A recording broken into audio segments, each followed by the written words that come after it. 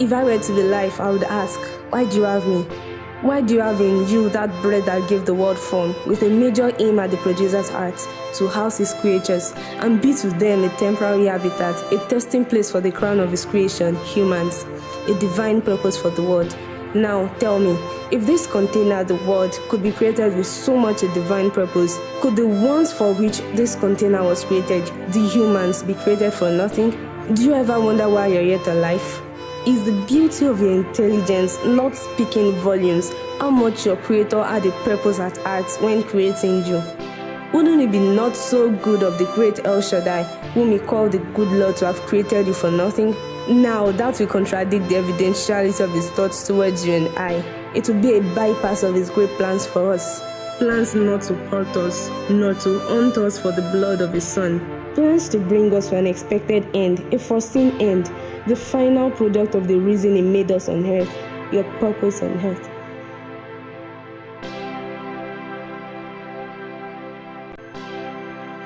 He gave us life. He gave us light.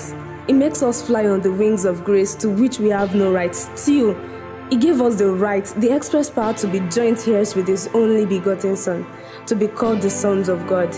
Now, all these gifts, were they all for nothing? His benevolence to mankind, was it just for the sake of doing? No, if you ask me. He gave us all of this, life, light, grace, and then sonship in his kingdom for a purpose. To whom much is given, much is expected. Our eyes, were they just created for seeing visual images and admiring creatures? Our ears, were they just fixed by our heads for listening to sounds and learning? Our mouths, were they just created to speak whatever or eat only? Our mind, our brain, the most complex machine in the world, could it have been placed in our heads merely for solving riddles or to fiddle successfully without being caught?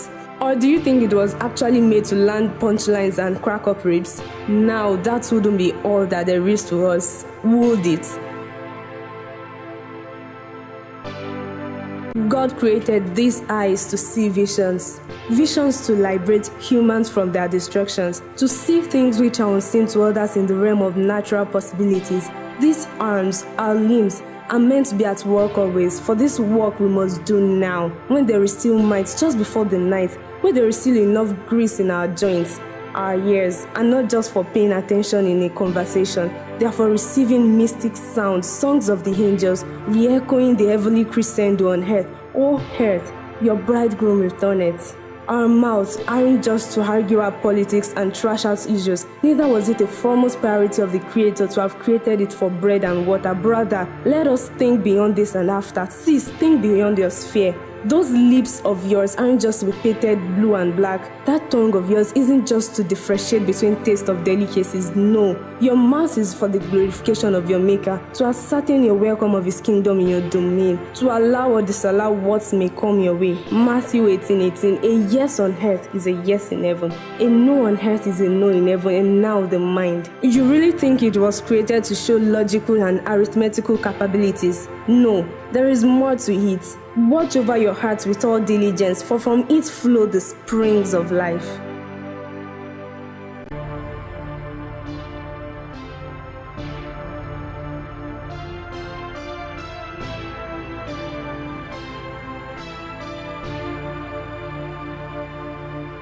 Now, we all know that this complex mind of ours isn't just there. It was created to conceive new ideas from the realm of the extraordinary that will bring life to many generations, the springs of life. Not just devilish ideas that will dampen the souls of others and lead them to destructions.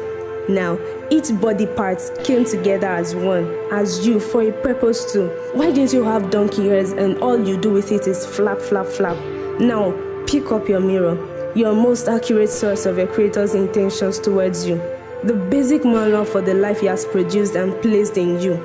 The manual for the abilities and endowments you possess. Flip through the pages of the scriptures written in ages past. Find the actual picture He had at heart for creating you. Know the proposed image He has for your future, and then you will see that there is more to life than just living it.